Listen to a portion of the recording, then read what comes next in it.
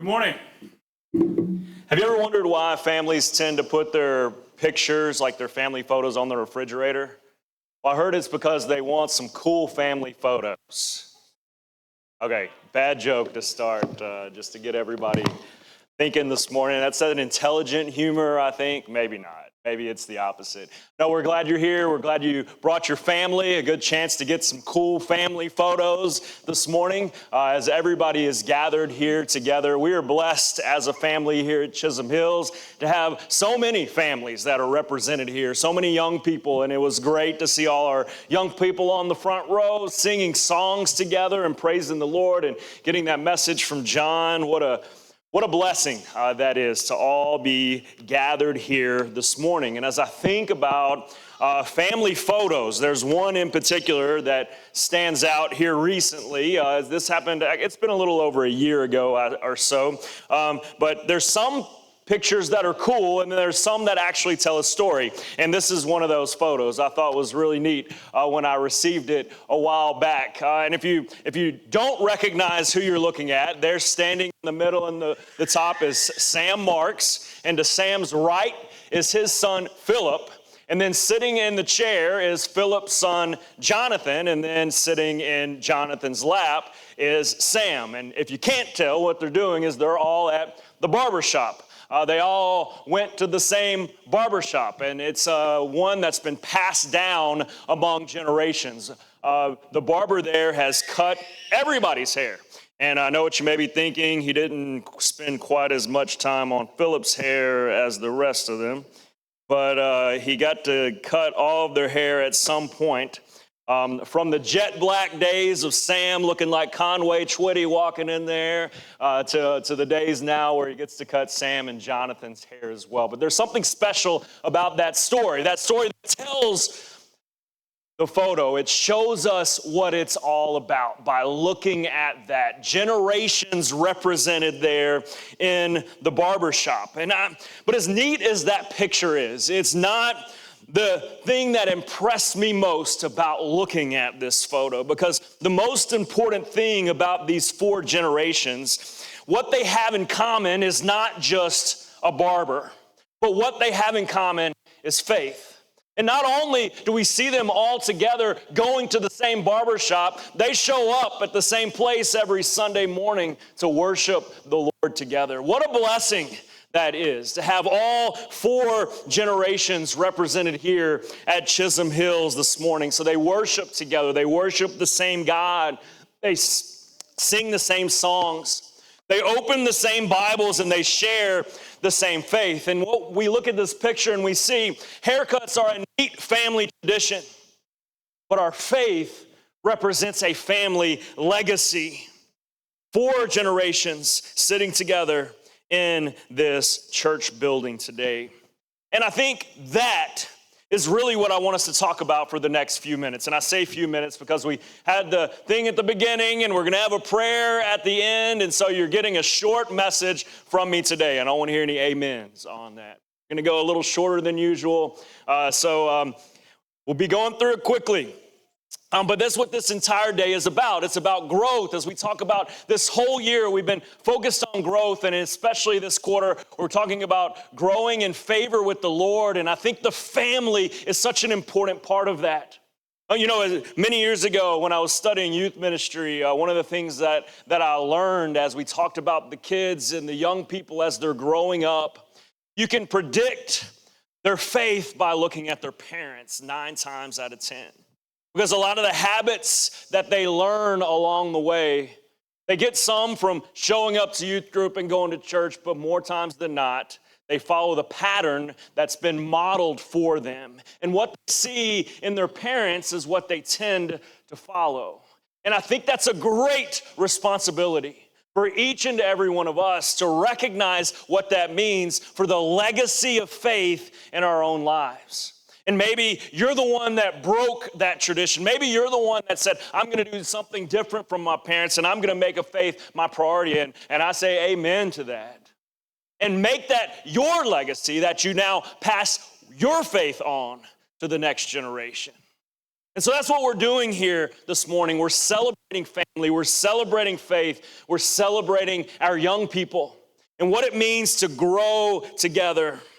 We've had our children up here this morning. We're celebrating young people as they step into new Bible classes. Some of our young people are getting ready to head off to college and start these new chapters of their lives. And at the conclusion of our worship service, our elders are going to come forward together and say prayers for our youngest members of our congregation, some of the babies that have been born in the last year or two.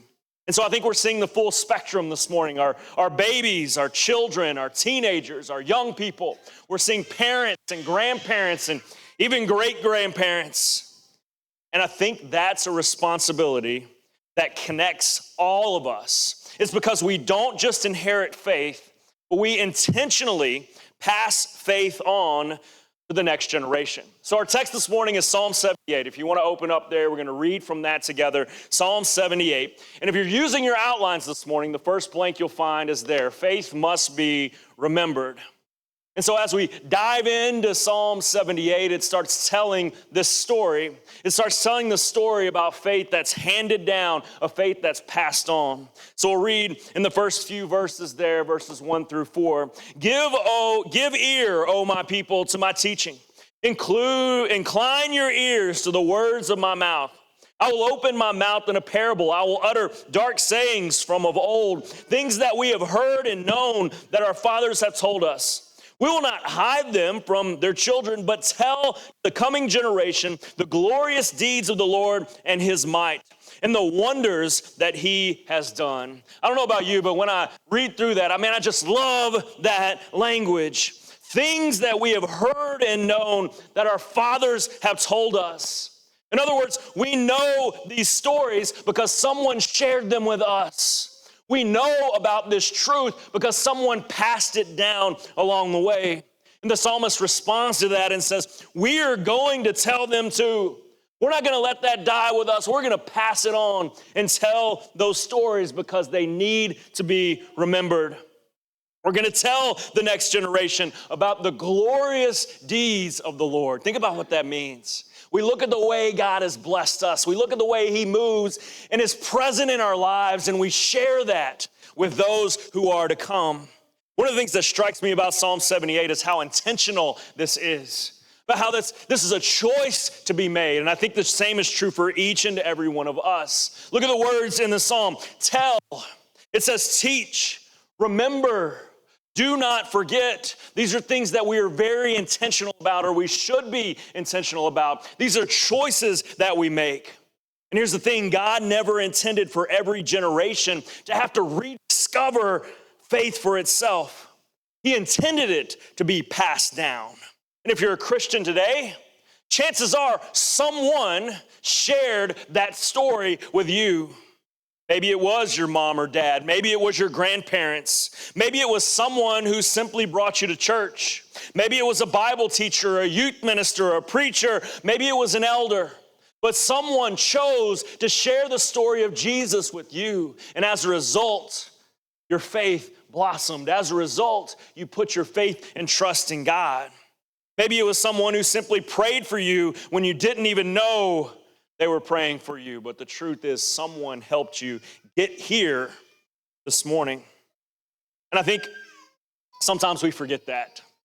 Sometimes we forget that element, especially when we get so wrapped up in our lives and our schedules. We forget the importance of handing it down. We forget the importance of the faith that must be remembered. But there are people sitting in this room today because decades ago, someone decided, I'm going to teach my children about Jesus. Think about the impact of that statement. Think about the impact of that truth. Someone many generations ago said, I'm going to teach my children about Jesus. As a result, the church lives. The church is strong because of parents, because of grandparents, because of people who make intentional choices to share their faith. And I think that responsibility comes to each and every one of us. And then some children grew up, and those children said, I'm going to teach my children about Jesus. And then they did the same thing, and they did the same thing, and here we are this morning. And that's what legacy truly looks like. That's a faith that's lived in, a faith that's true. And I think it's important that we remember that and we live that out. But the truth is, remembering isn't enough. Number 2 on your outlines, faith must be lived in. Look at the next few verses, verses 5 through 7. It says, he established a testimony in Jacob and appointed a law in Israel, which he commanded our fathers to teach to their children, and the next generation might know them, the children yet unborn, and arise and tell them to their children, so that they should set their hope in God and not forget the works of God, but keep his commandments. Notice the goal in all of that. The goal is that they should set their hope in God. I want you to see that's bigger, because I think there's a difference between just teaching our children about God and showing them what it looks like to trust him along the way. That's a faith that must be modeled. That's a faith that must be carried out. And I think that's where this can become challenging for those of us who are parents, those of us who are grandparents, because here's the truth. Your children are watching. Your children are listening. And my guess is they've modeled some of your behavior along the way. You all have those moments, those sweet moments where your kids want to wear a hat because daddy's wearing a hat. They want to go do this and put on this fancy dress because mom's wearing a fancy dress. They want to model that behavior. They want to be like their parents. So that responsibility falls on each and every one of us, because our children are listening. They're listening to what we say, but they're also listening to how we live. They notice how dad treats mom. They watch how mom talks about other people. They notice whether prayer is something we only do at church or it's something that's actually a part of our lives. They notice whether worship is a priority or is it something we do when nothing else gets in the way. They notice how we respond when life doesn't go the way we want it to go. They notice whether we trust God even in those moments that we're scared, where we don't know what's coming our way. They notice whether you forgive. They notice whether we serve. They notice whether the Jesus we talk about on Sunday actually makes a difference the other 6 days of the week. Our kids are watching. They're watching your example, how you talk, but more importantly, how you live. So we get to help shape these lives. You probably heard this saying before. Faith is caught, it's not taught. I think there's a lot of truth in that.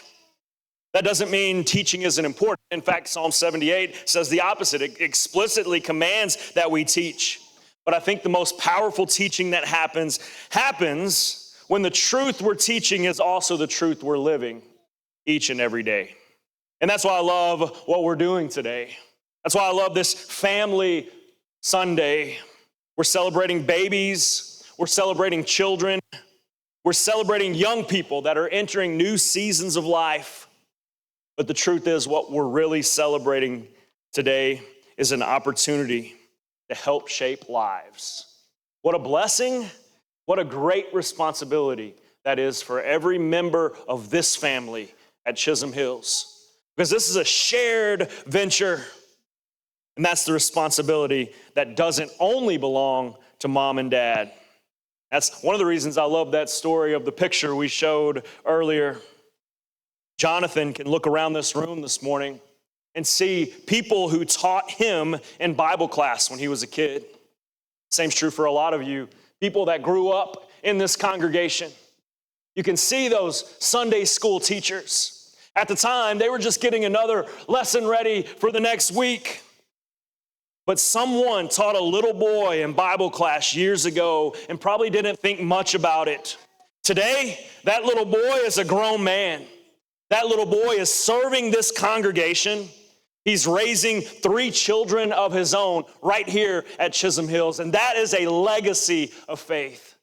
And that's a part that Chisholm Hills played. Each and every person in this room. One of those babies that will be prayed for by our elders a little later on will be one of his children. That is faith passed on. It's rarely one enormous moment, but it's thousands of little ones. It's Sunday after Sunday, prayer after prayer, Bible class after Bible class. It's conversation after conversation, example after example. Strong families are not built accidentally. It's an intentional choice that's lived out, and you have an opportunity to make that your priority. But neither are strong churches. Churches are built the same way, one choice at a time. They're built one ordinary, faithful Sunday after another, which brings us to the responsibility that we find in Psalm 78. Faith, if you're using your outlines, faith must be passed on. Now let's look at the picture one more time. Yeah, I got it one more time in here for you this morning. 4 generations. That didn't happen overnight. Somewhere along the way, somebody made a decision. I'm going to follow God, and I want my children to know him. And eventually, one of those children grew up and made the same decision, and then another generation, and then another. And that's exactly the picture that Psalm 78 gives us. It says that the next generation might know. The children yet unborn, and arise and tell them to their children. Do you know how far ahead that God is thinking? He says, teach your children so that your children can teach their children who haven't even been thought of yet. That's what faith looks like. That's the legacy of faith. And I think God is telling his people to think generationally. Don't just ask, what does my family mean for me? Ask, what will my family mean for people who aren't even here yet? What does that legacy of faith translate to? And that's where I want to make this bigger than one family. Because the photo tells the story of that family, but I could tell that version all over this room this morning. There are several generations represented here in many different families. I could start naming them, but I don't want to leave anybody out. But we got Whites and Owens, we got Durs, we got all kinds of these families that mean so much to this group. And that faith that we can see that moves beyond just one generation, one to the next. What a blessing that is here. What a blessing it is to watch that play out among this family of believers. So maybe the question we need to ask this morning is, what are we passing on? When we think about leaving something for our children, our minds naturally go to our possessions. What will they inherit? What will they leave behind? But someday the size of our bank account won't matter very much. The trophies that we hold won't matter. The house and the car, the number on the bank account, the titles that we wore, all those things won't matter. Here's what matters. Will our children know Jesus? That becomes the ultimate question. Will our grandchildren know Jesus? Will they know that God is faithful? Will they know how to pray? Will they love his word? Will they love his church? When life falls apart, where are they going to place their hope? Because we know the storms will come. Where do they find their foundation? Psalm 78 tells us what we should want. It says that they should set their hope in God. And what I want you to see this morning is that is the legacy. Not that our children would simply know our traditions, not merely that they would know where mom and dad sat in the church building, but that when their time is over, that their hope will still be in God. And here's something important. Eventually, we have to let them choose their own faith, because you can't believe for your children. You can't obey Jesus for them. We cannot make their decisions for them. We can absolutely model genuine faith so they know what that looks like. We can surround them with people who love Jesus. We can give them opportunities to know that God has been faithful to us and what that looks like. And then we pray that they take what they've received and then they pass it on to the next generation. And I think that's why today matters. That's why family matters, and that's why legacy matters. This morning, we've watched some of our youngest children down front. We're going to celebrate stepping into new Bible classes. We're watching young people grow into adulthood, into the next season of life. And in just a few minutes, we're going to bring some of the youngest members of the congregation forward, babies who don't understand any of this yet. They don't know Psalm 78. They don't know what we're doing here this morning, but we're going to surround these families, and our elders are going to pray for them. You may ask why. Well, because we're already thinking about the next generation. We're already thinking about what that faith handed down looks like. We want these children to know Jesus, and that's not just a commitment their parents are making, but it's a commitment we're all making together as a church family. So parents teach them, grandparents encourage them, Bible class teachers invest in these kids. Older Christians, your charge is to know their names. Young adults, give them something to look up to, an example to follow. Church, pray for them. Show them what a lifetime of following Jesus looks like. Because there will be a day when this generation isn't here anymore. And when that day comes, someone else will be standing here. Someone else will be teaching those classes. Someone else will be serving.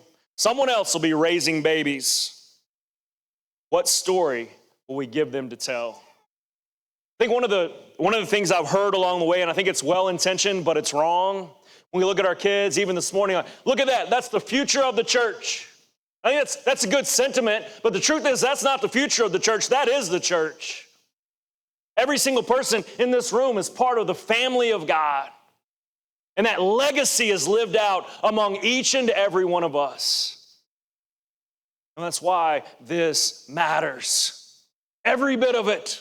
That's why we bring our children here and they participate. Because we want them to know who God is. What story will we give them to tell? I'm going to end with Psalm 145 and verse 4. One generation shall commend your works to another and shall declare your mighty acts. This is who we want to be as a church family.